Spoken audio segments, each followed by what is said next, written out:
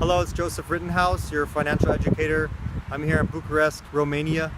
Behind me is the Parliament Palace, very beautiful, impressive building.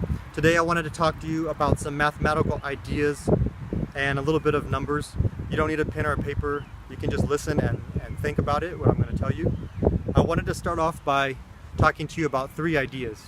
The first idea is, without data, you can't measure. And if you can't measure something, you can't change it.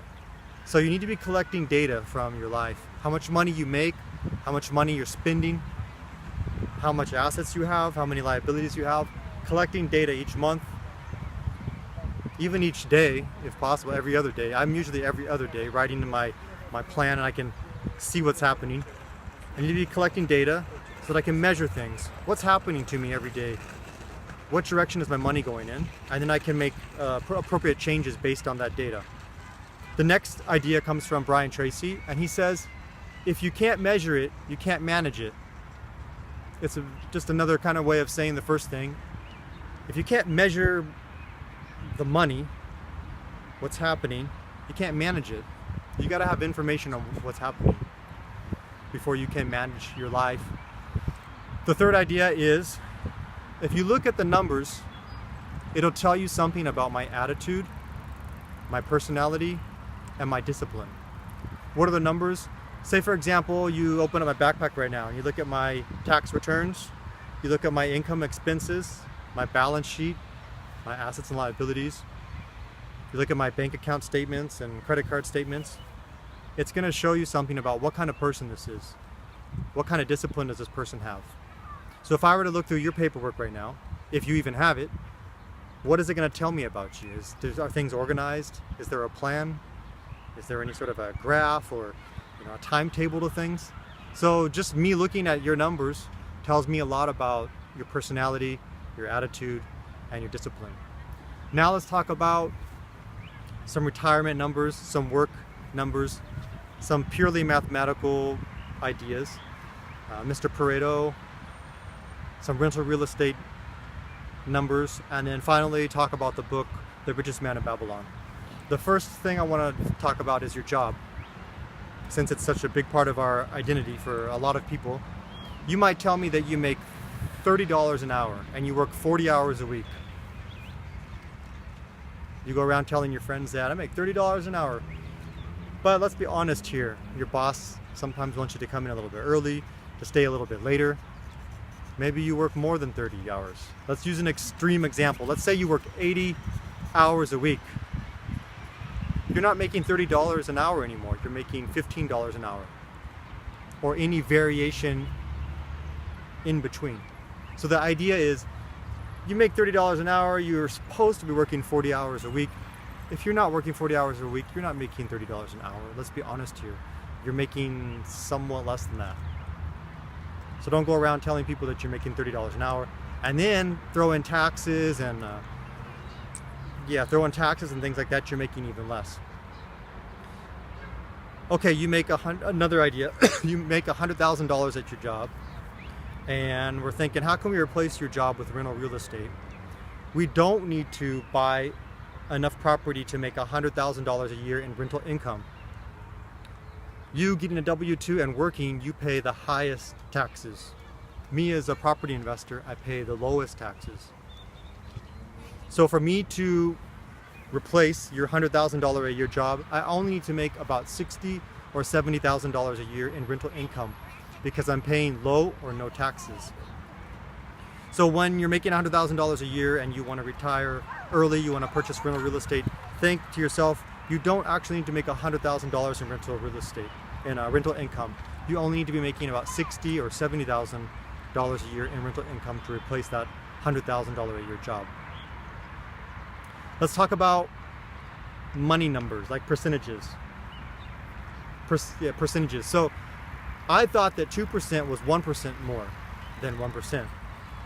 You have your money at bank A. It makes 1% interest a month, which doesn't exist. But anyway, just follow the example. And my money is at bank B, and I make 2% interest. I'm making 100% more than you are each month. I never realized how important this was because I thought, 1 to 2, 2 to 3, that's no big deal. 2 to 4, that's no big deal. But going from 2% to 4% is a 100% increase, not a 2% increase. So after I learned this idea, it caused me to appreciate percentages a lot more. Now talking about percentages and money, let's talk about cash money. Cash money inflates at 2% a year. That means if I have a $100 bill, a year from now, the $100 is really worth like $98 because over the years, the cash money becomes worth less and less. If I borrow $100,000 from you, next year it's kind of like really I only owe you $98,000 because that $100,000 that I owed, next year it's not going to be as valuable. It's not going to be worth as much because there's more money in circulation. The cost of things has gone up. So that money I owe you is worth less than $100,000. That's why it's a good idea to borrow as much money as I can because, let me use easy numbers here. Let's say I borrow $80,000, I put $20,000 down, I buy a $100,000 house. I still owe the bank $80,000. After 10, 20, 30 years, that $80,000 that I owed, it's nothing because 30 years from now, $80,000 is going to be worth very little. It's not going to be worth as much as it is right now. Now let's get into, so borrowing money is a hedge against inflation. That's the point of that. Now let's get into rental real estate. First starting with 2 rules of thumb. The first rule of thumb is that every 20 years, the cost of a house will double. So if you buy a $100,000 house this year, 20 years from now, it's going to be worth $200,000. Another number that landlords need to remember is that the average tenant will rent from you for 4 years. That's a fun little number. Let's get a little bit more complicated in our examples. Let's say you're going to buy a $100,000 rental property. You put $20,000 down. The house, in a couple of years, it goes up in value from $100,000 to $120,000. It went up in $20,000, in value $20,000. Take that $20,000 and divide it back into the $20,000 that you used to buy the house. You made a 100% return on your investment. Don't make the mistake that I used to make and take that $20,000 and divide it back into $100,000 or divide it back into $120,000. You put in 20, it went up in value 20. In those few couple of years, you made a 100% return on your investment. When I learned this idea, I was like, wow, that totally beats the stock market or savings or gold and things like that. 100% in just a couple of years by owning real estate. That's when I started to realize the power of rental real estate. Let's take another example, purchasing a $100,000 house. You put down $20,000. And let's say you collect your rent, you pay the mortgage, you're making $400 profit every month. In a year, that's $4,800. When you go to do the math and figure out how much money you're making, take that $4,800 and divide it back into the $20,000 that you put down on the house.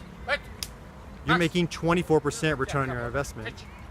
Don't make the mistake that I used to make and take that $4,800 and divide it back into $120,000.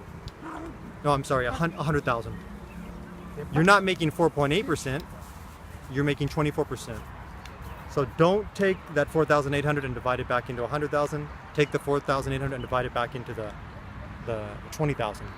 So when you think about that, that means after like 4 or 5 years, you're making again 100% return on your investment just from the rental income. We're not even talking about the appreciation or the principal pay down. The tenant's paying rent every month and you pay down the mortgage. So that's when I really started to realize the power of rental real estate. Let me talk about 2 more things. The first one is the Pareto Effect. Pareto, he was an economist, I think, and you're gonna see this ratio 20-80 a lot in self-help books, in business books. 20-80. What he's saying is that, that's what I'm trying to say is that 20% of your effort is gonna result in 80% of your results.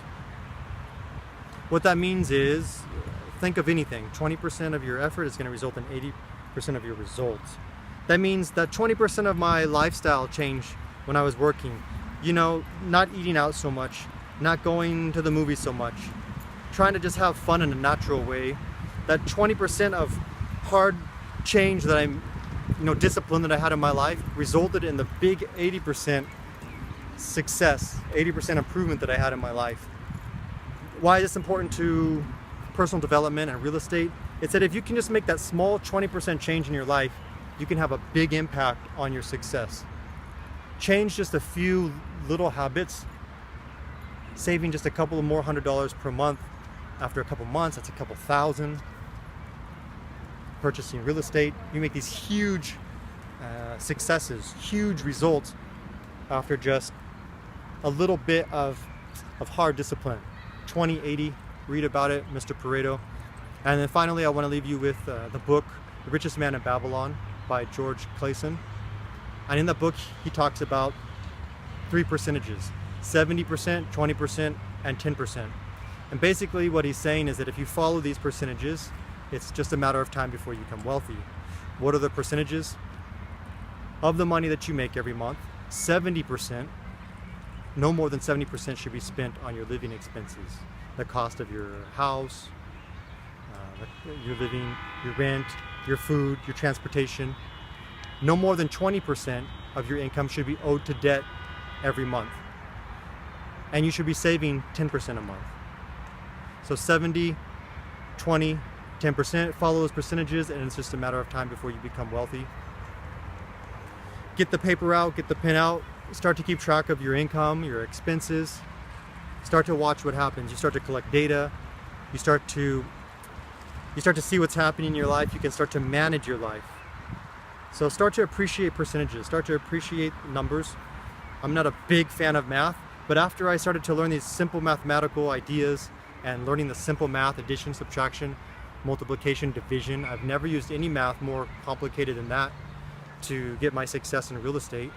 You can really start to have some big, see the big effect in your life and start to have some control over your life and manage your life. Yeah, I don't love math, but I can appreciate it. From Bucharest, Romania, good night.